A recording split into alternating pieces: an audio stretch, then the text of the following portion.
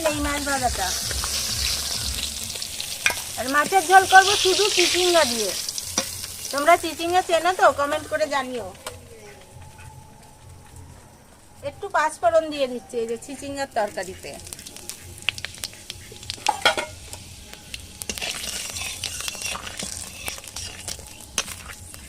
যে পোড়া পোড়া হয়ে উঠেছে, এবার মেথিগুলো ফেলে দেবো। পাঁচফোড়নের ভেতর তো মেথি থাকে, মেথিগুলো সব আমি ফেলে দিচ্ছি।